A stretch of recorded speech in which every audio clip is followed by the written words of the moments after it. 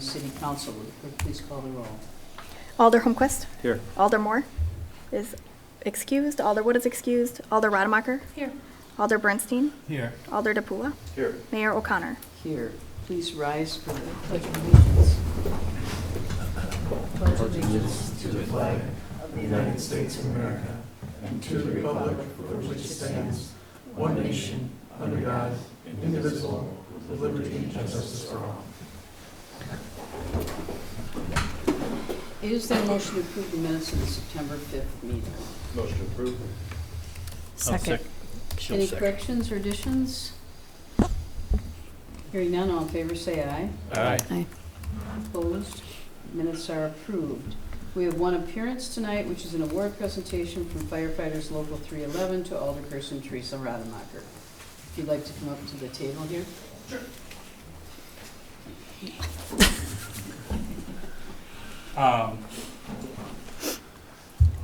For those of you who don't know, my name is Brendan Cornell, one of the career staff with the City of Monona over here. And back in May, Professional Firefighters of Wisconsin, Local 311, basically the firefighters union puts on Fire Ops 101. And what that is it's a bunch of firefighters from around the state group up and organize a training for elected officials that are all over the state, whether it's city administrators, alderpersons, mayors, stuff like that. So with that, like I said, they issue gear, do firefighting tactics, work on EMS stuff, and just try to educate our elected officials about our jobs. And we thought it was really fitting. I was really happy that Teresa stepped up and took on the challenge. I think she really enjoyed it from what I heard, but just gets a chance to learn more about the job and what we do and just kind of what it takes to be a firefighter and stuff like that. So with that, we'll keep it short, but like I said, on behalf of PFW 311, so this is our helmet shield that we wear, so you can see that's put on the plaque for you, so that's put out by, so all the members that participated received these, so congratulations. Thanks for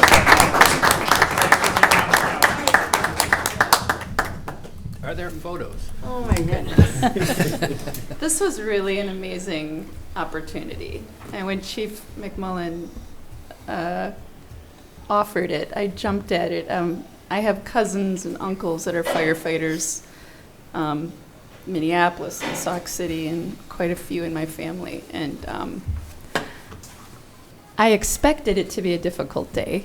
I expected the gear to be heavy. I expected it to be physically demanding. I was it was amazing. We ripped open cars with the jaws of life. The stuff we got to do, it was a wonderful opportunity. Thank you so much. It was great. Yeah. Cool. Congratulations. Yeah. Okay, moving on. There is no public hearing. There is no consent agenda. Moving on to council action items. There is no unfinished business. Under new business, item 2A, convene in closed session under Wisconsin statute section 19.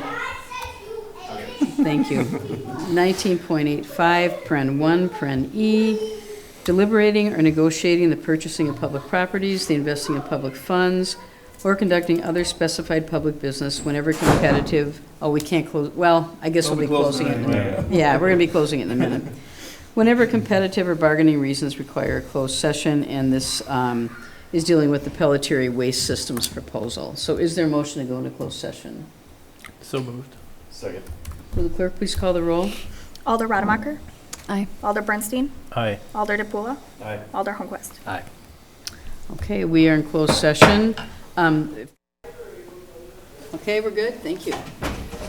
All right, moving on to item 2C, consideration of resolution 23-9-2641, authorizing a contract with Pelletier Waste Systems for 2024 curbside solid waste and recycle collection. This is put forth by the Public Works Committee, and it is started for immediate approval.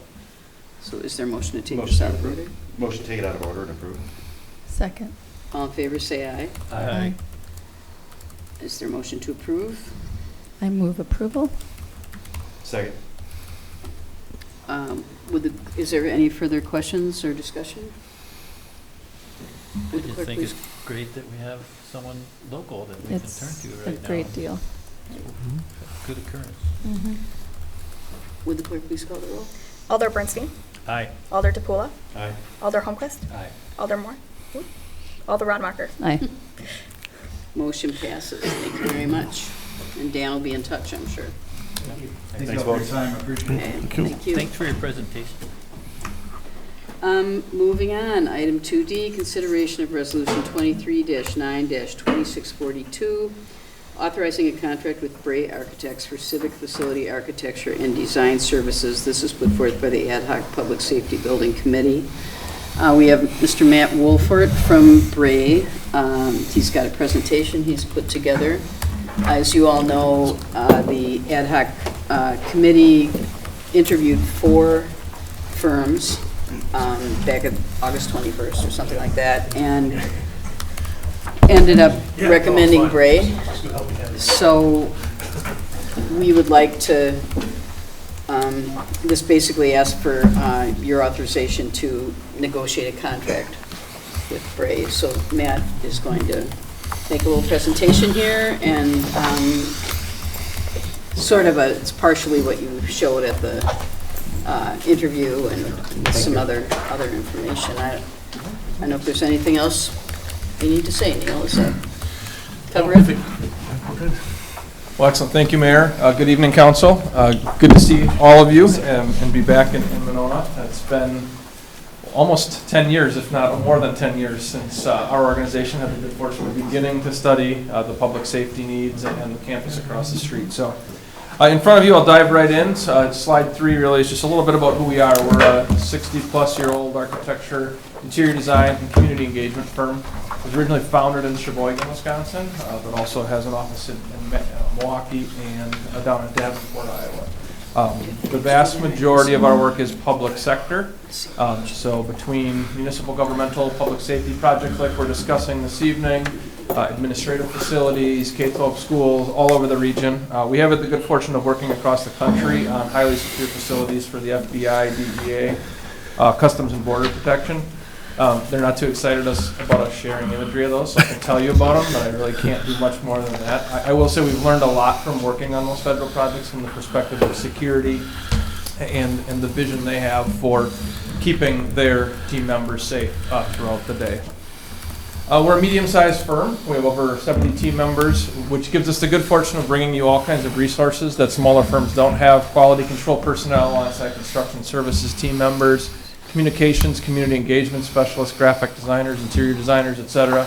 But we're still small enough that our leadership team can be involved in every project. So myself, Steve Kunin, and Chris Egger, you'll meet in a second. On the next slide, we'll be leading your team. We've worked together on the majority of the public safety projects in the portfolio that you're going to see this evening. On slide 6, we'll be supported by Stephanie Vierling and Kyle Clark, 2 additional solid team members. Stephanie leads our interior design team.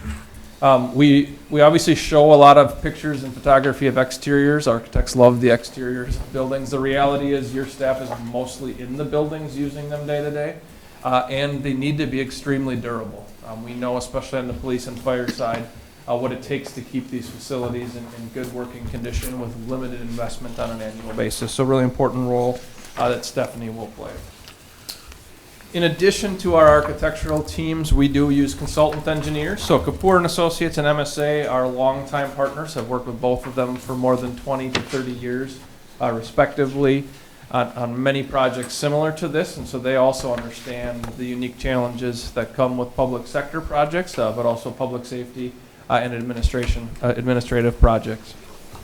A little bit on experience, page 9, starting on page 9, locally completed the Mount Horeb Public Safety Building project. So that was unique in that it had, the fire component of that had the approval of 7 municipal entities, all contributing financially, and they all approved a referendum, 7 separate referendums on the same day. That was an interesting adventure as we engaged the community, but proud of the fact that those projects were approved, and it's a great building that continues to serve them well. Over in the Milwaukee area, City of Oak Creek, a new fire station for them. They had a real vision for a classic station from the perspective of the exterior architecture. On page 11, Mount Pleasant, this is a village hall and police. They're a village, even though they have over 30,000 community members, so they've just kept the village. They really are a large city in all respects. But a very highly secure facility on the police side. Great flexible administrative space as well, and then really a core of flexible, usable shared space that all entities that are housed within the building use on a daily basis. St. Francis was a similar project. That is all three components in one. So police, fire, EMS, and our city administration are all housed in a single building. This was another project that took many, many years to get off the ground. Started just like your projects did as assessing existing facilities, exploring options and solutions, and they eventually landed on building a new building. Slide 13, another great local project over in McFarland, their new public safety center. So just recently opened. That project had some challenges. I'll be very upfront about it. We designed during COVID, had learned a little bit about designing, not in a virtual setting, so we made it through that. Nobody could have predicted, I don't think, 15 to 20% inflation, so we did have some budget challenges there, for sure.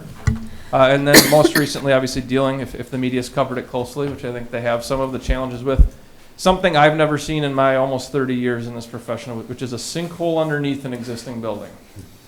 Still no exact determination of what happened or why. There's theories as to what happened in terms of a karst that was impacted a couple hundred feet in the ground by either the geothermal borings that were done or some of the basic excavation.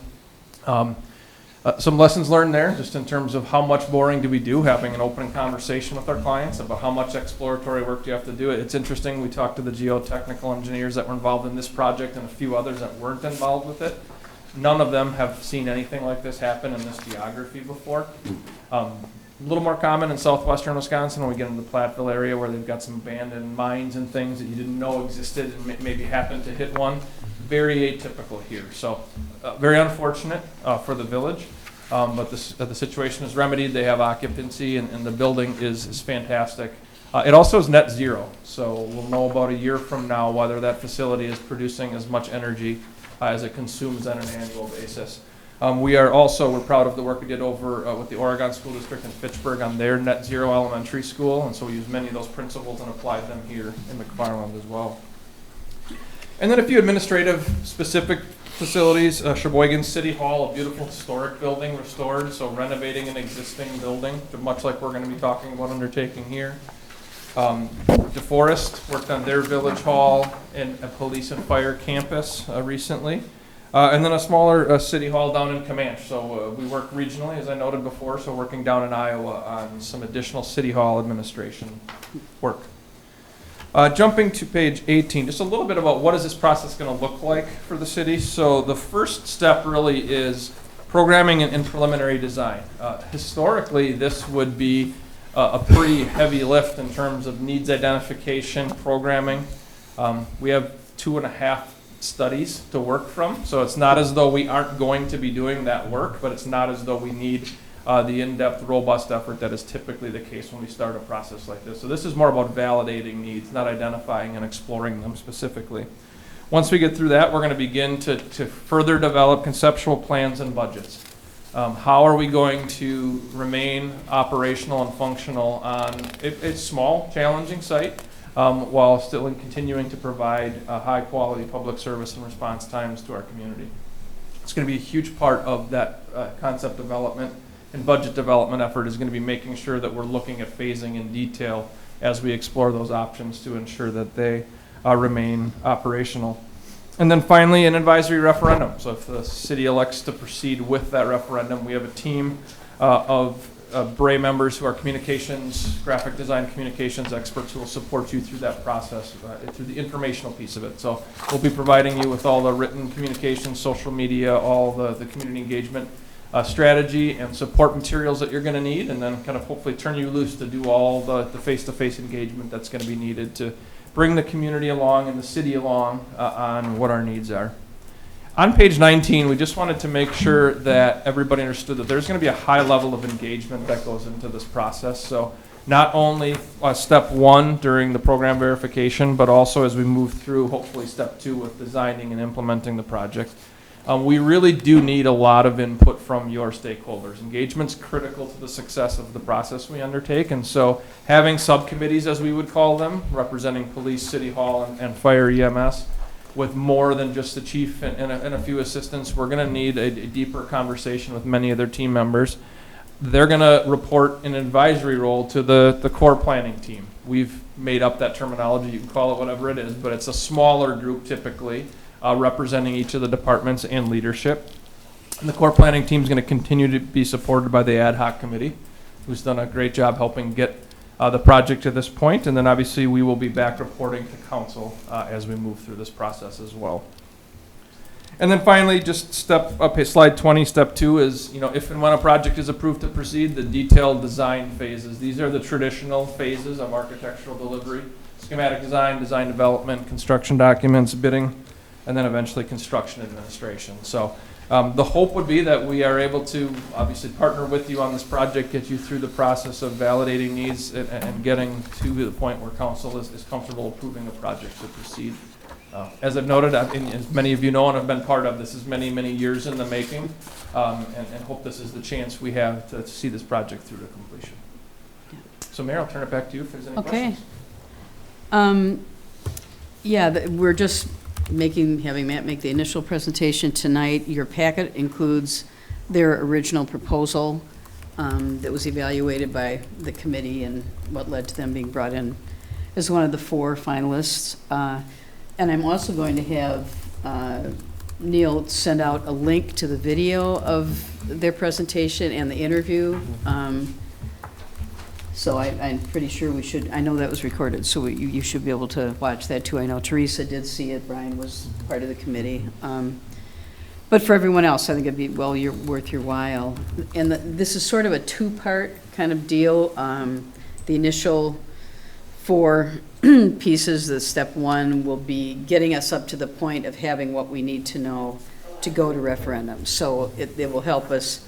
We'll have a preliminary concept, give us a picture that we can show people, and also the important thing, which is the dollar figure, because we need that before we can start planning. And they will be working, we are still planning to contract with Miller Communication, and they will be working with Miller, because we also have the operating side of this referendum also. So yeah, that's kind of where we are, and the plan is to bring this back next week for a vote. So if anybody has any questions tonight, I encourage you to look at the other materials between now and 2 weeks from now.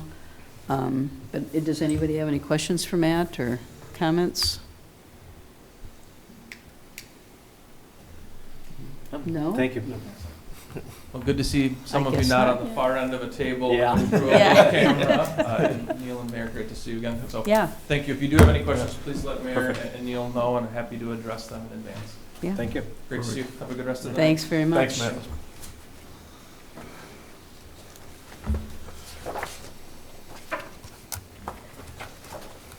Okay, moving on.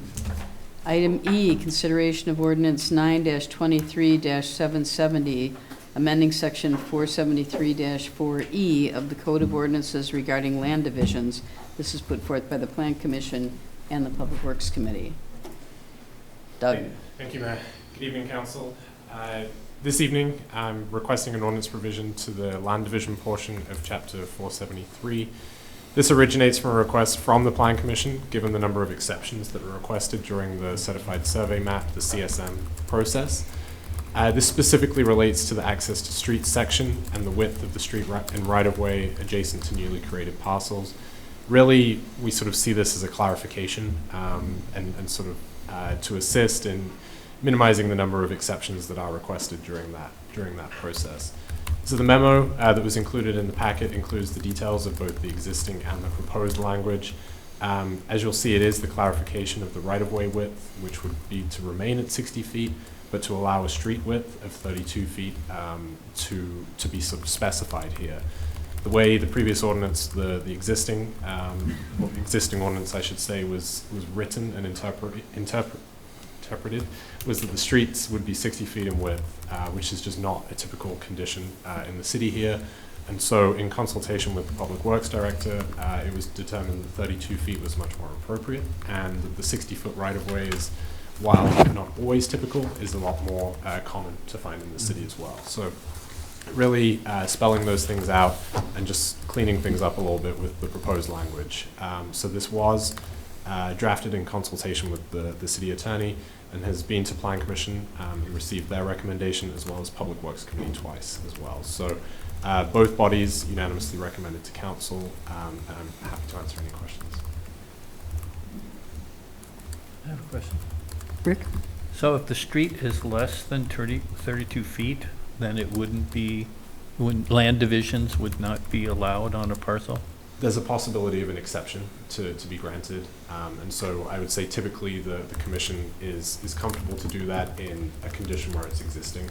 Okay. So were this to be greenfield development or sort of new development, I think maybe they would look a little differently, but existing conditions, typically they look favorably. Of course, Okay, the condition is the condition in some ways.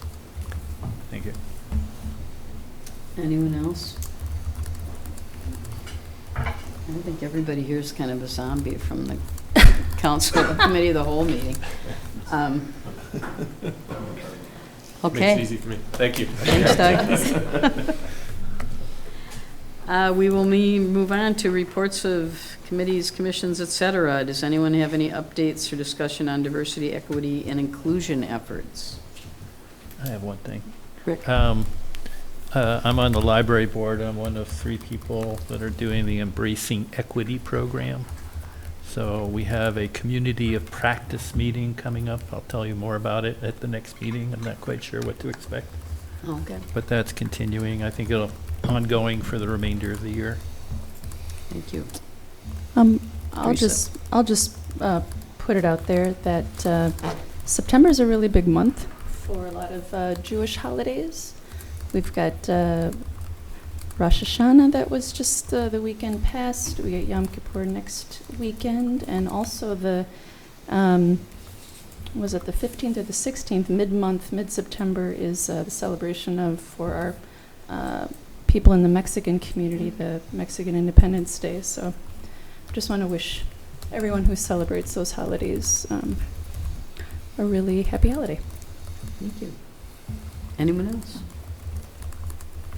Moving on, any updates or discussion on sustainability efforts?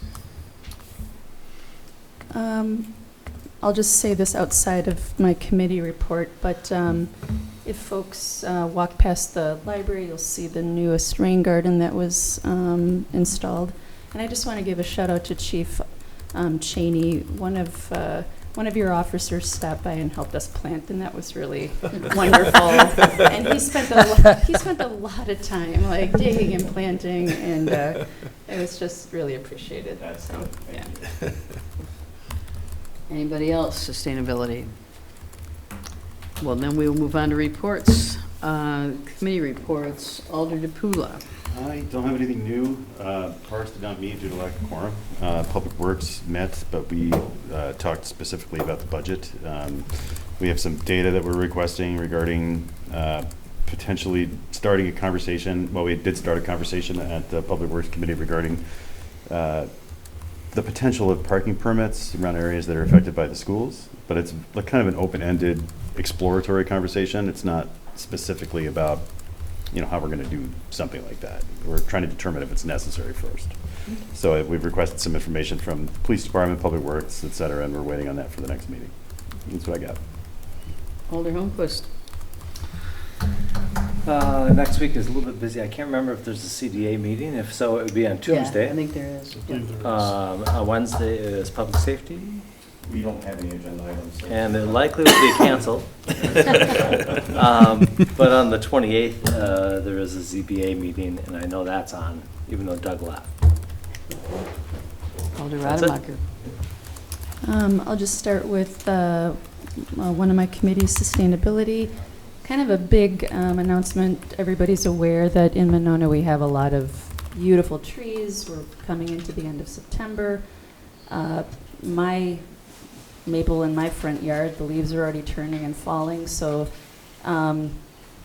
the message now that we all need to be embracing is to keep leaves out of the streets. So the number one source of phosphorus in Lake Monona comes from leaves that fall in the autumn. And the number one thing that every one of us can do is to keep leaves out of the street. If your leaves are on your property, the nitrogen that comes from them, it's great for your grass. If it's in your street, it's terrible for the lake. Because when the water runs over the street, carries the leaves, carries the nitrogen, goes into the stormwater drains, goes right out into the lake. So in the next 2 months, you're probably going to be inundated with messages on VMO and newsletters and just this constant reminder just to keep leaves out of the street. One of the things people can also do is to adopt a storm drain. That's something that sort of overlaps in the autumn with this initiative to keep leaves out of the street. But really adopting a storm drain is something the Public Works Committee would really appreciate help with all year round. You know, pop bottles, who knows, the stuff that goes into those storm drains. We want to keep them clear of debris. So that's the main thing that sustainability is working on right now.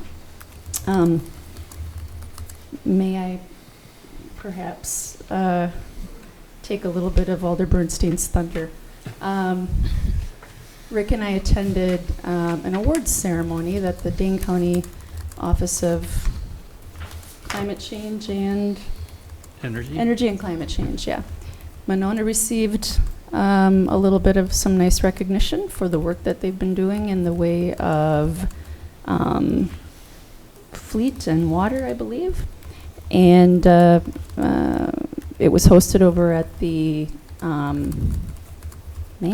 Lucier Center, thank you.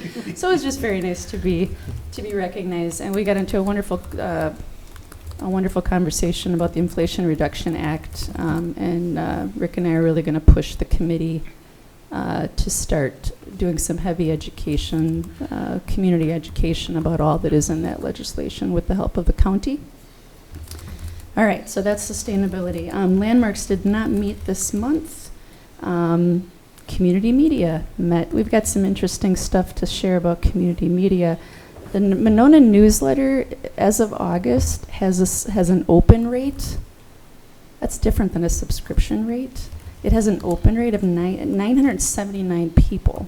So we're going to aim for 1,000. As far What as is a subscription? Do you know how many?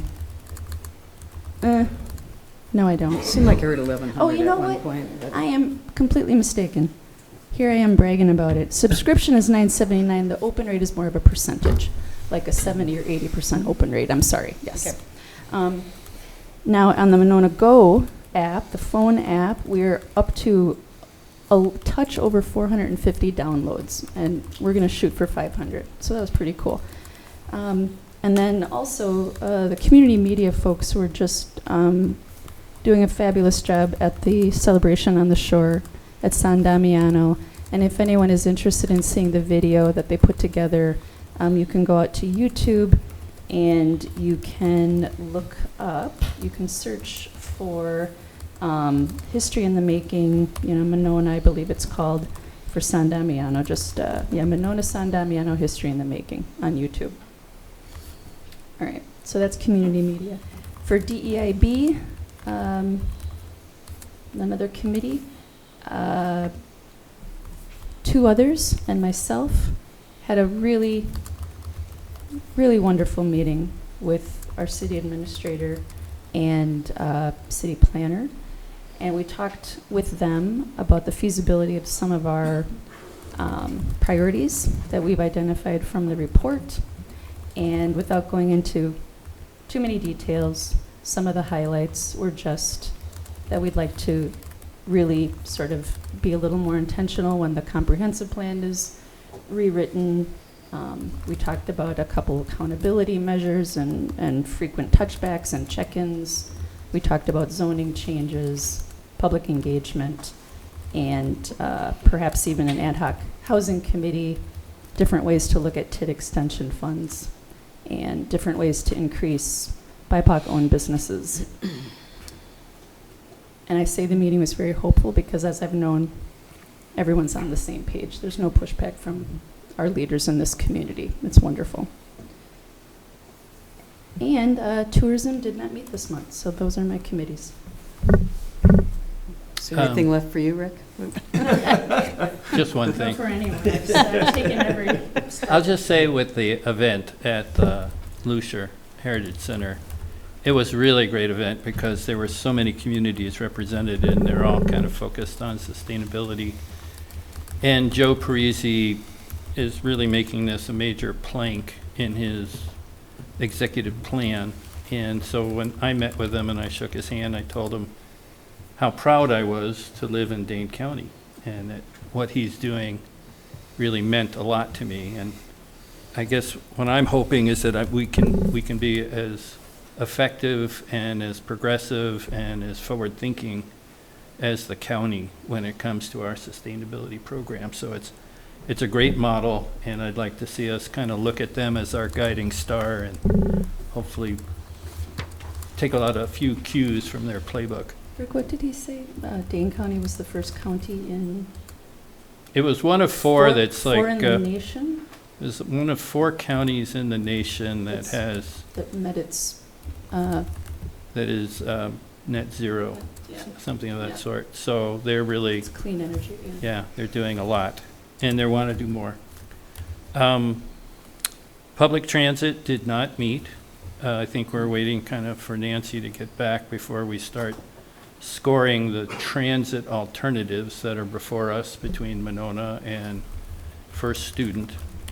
We have an objective criteria that will look at the proposals and hopefully forward something to the Common Council in a couple months' time. Good. Probably once we get through this budget thing.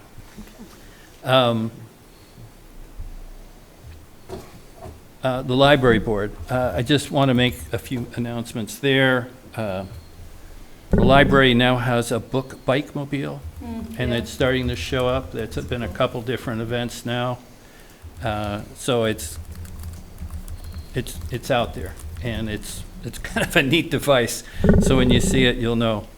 And then there was a Pride story time where they drew 150 people at the Grand Crossing. And that might have been as much the story time as it was free ice cream. I don't know. It's hard to tell. But nonetheless, it was a great showing, and I really like what the library is doing. If you haven't been in the library recently, there's a new exhibit, panel exhibit about We Have Always Been Here, or We Will Always Be Here, based on the TV show that PBS did, which in turn was based on the 2 books that Richard Wagner did for the Wisconsin Historical Society Press. So it's in cartoon fashion, so I think it's for all ages to kind of see examples of people part of the LGBTQ community in Wisconsin's past. So it takes about 5 minutes to go through it. That's my report. Okay, thank you. Chief McMullen, or Chief Ekla. I only have one thing. We have a new firefighter paramedic starting October 1st. We're waiting on his physical exam and drug screen, but other than that, he's ready to go. So we'll plan to be back at full staff, which would be wonderful. Great. Chief Chaney. Yeah, come on. Yes. And Officer I Hoffman, only come yeah. here because it's been a while since you've seen me, so. Yeah, what you look like. Yeah. Well, thank you. Let me just echo Alder Bernstein. I showed up to the G-Safe library event, the Pride Story time, and it was wonderful, well-attended. It's a kaleidoscope out there, and I think it really represents the best in Monona. Staff, I mentioned it, and thank Ryan and his team for all their work. So it was a fun Saturday, and I have some really cool pictures of me and my favorite drag queen. So new officer, we welcomed a new officer today. We stole a lot of talent from the city of Madison, a 10-year veteran from Madison, and somebody who I've worked with, somebody who represented the peer support team and mental health team, and he just comes with a broad array of experience, and we're very, very happy to have him. And thank you, Mayor Neal and others, and Aline, City Clerk Hauser, who helped swear him in to make that happen. So very special moment, even for veteran officers when they transition to a new agency, but we are special here, so especially wonderful. I just wanted to touch on the sustainability piece. We are going to continue to do our part to try to help us get awards around here. It's somewhat small setbacks, as you all know, because of some of our limited options.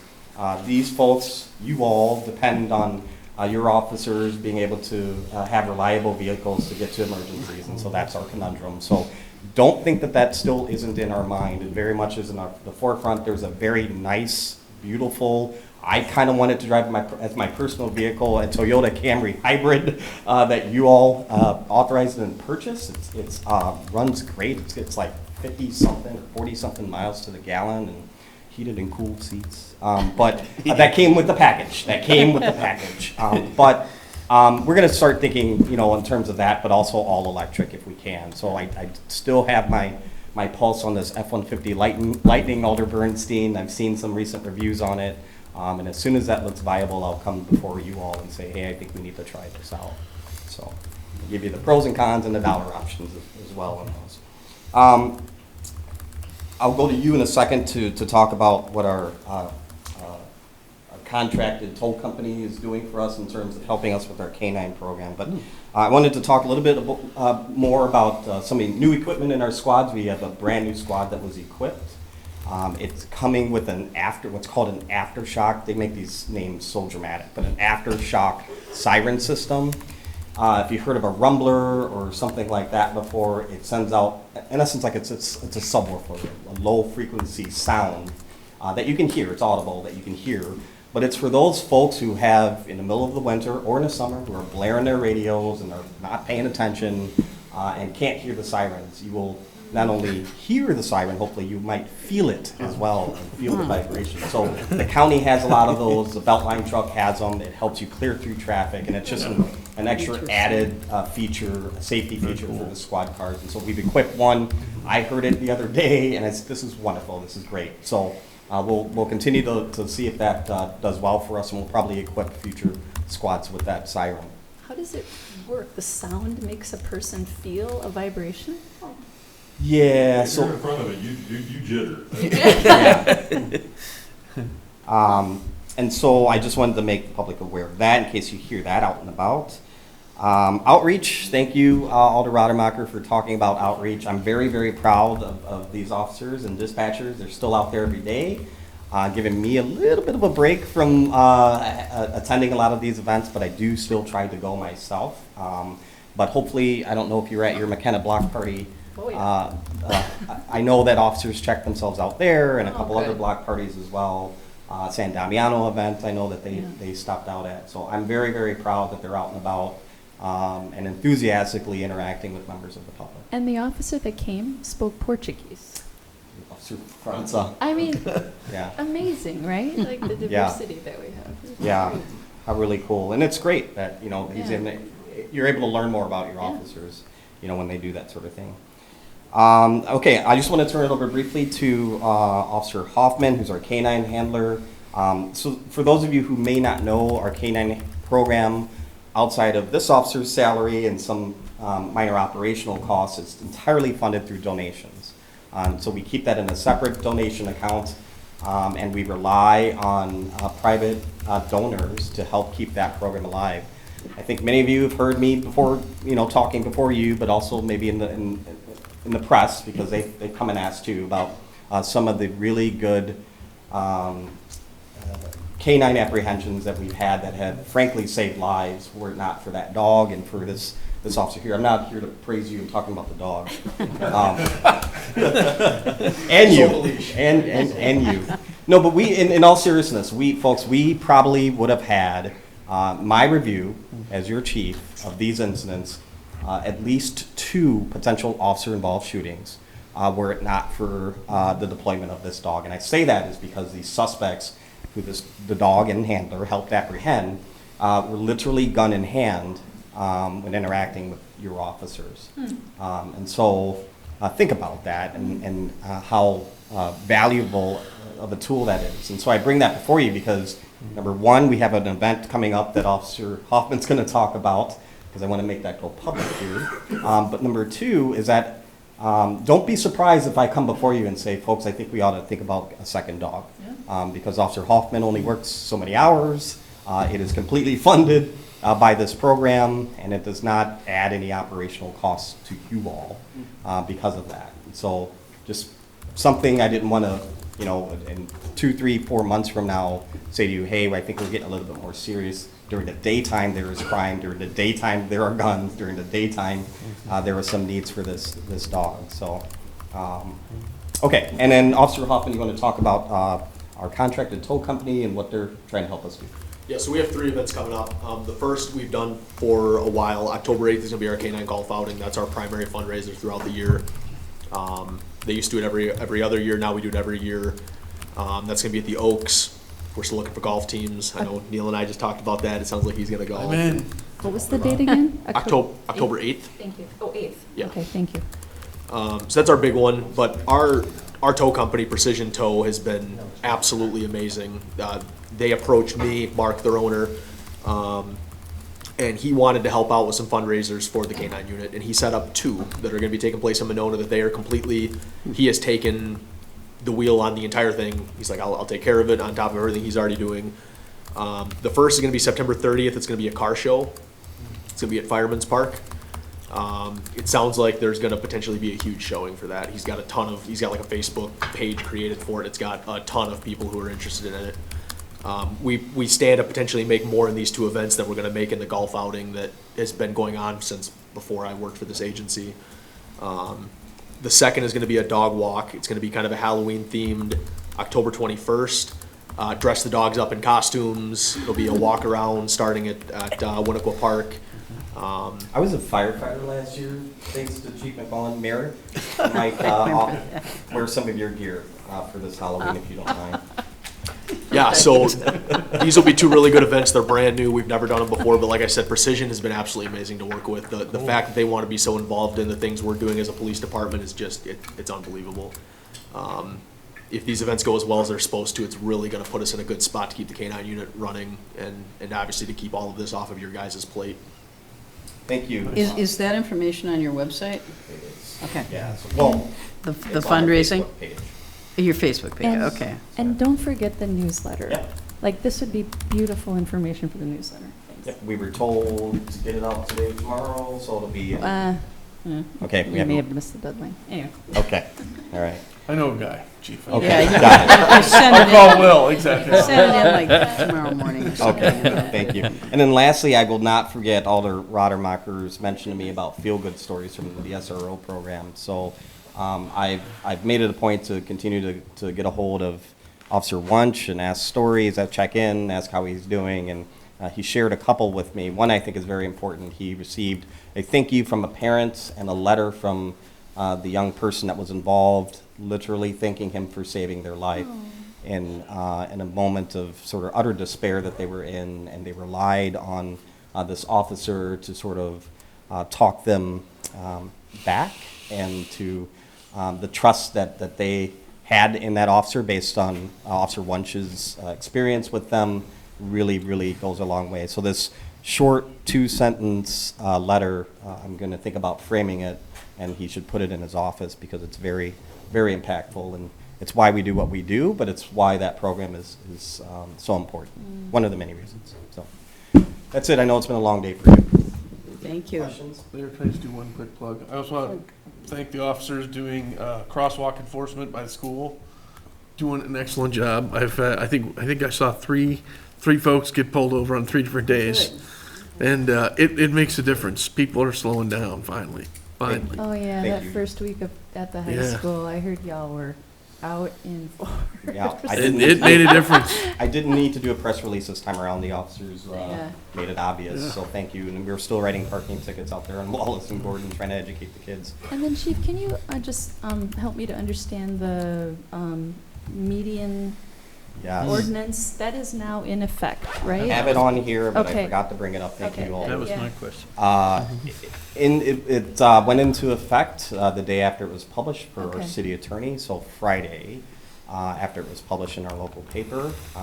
And so we spent, and the officers are still under marching orders for a 2-week heavy educational, informational period. The first day we were out there, nothing but, I understand, we've offered rides, et cetera. And today, I haven't checked in prior to coming in here the last hour, but we have not had one call about persons occupying those spaces. And I took 2 tours around the city, just seeing what I can see and offering to do the same thing, help folks out, give them a ride. I didn't see one person. Now, mind you, it's, we're not 90-degree, 80-degree weather, but it was a relatively decent day today, so I figured it'd be a good sign. And so we'll continue to do that. I heard from every officer I talked to about how this will go down and informing and educating. And then ultimately, I, of course, have to educate them about the ordinance, the penalties, et cetera. And the immediate response was, Chief, we don't plan on writing anyone here. So mind you, that is a last resort that we, as command staff, will review as well before submitting it to the city attorney. You're likely to see something like obstructing or a disorderly conduct versus the violation. But what this allows us to do is keep the medians safe, as you all know. You've debated it for some time. And so I think we're keeping our community safe by doing what we're doing. Okay. Anyone else?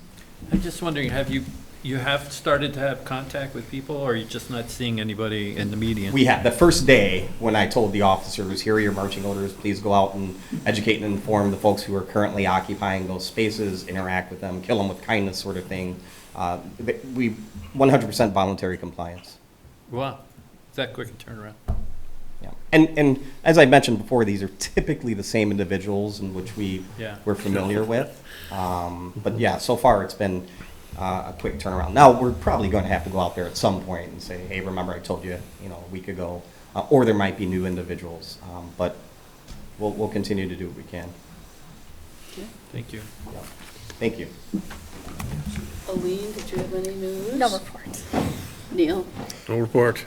Okay. I have one question. Okay. Is there going to be a Fill the Boot campaign? They had that already. What? They had that last week, didn't they?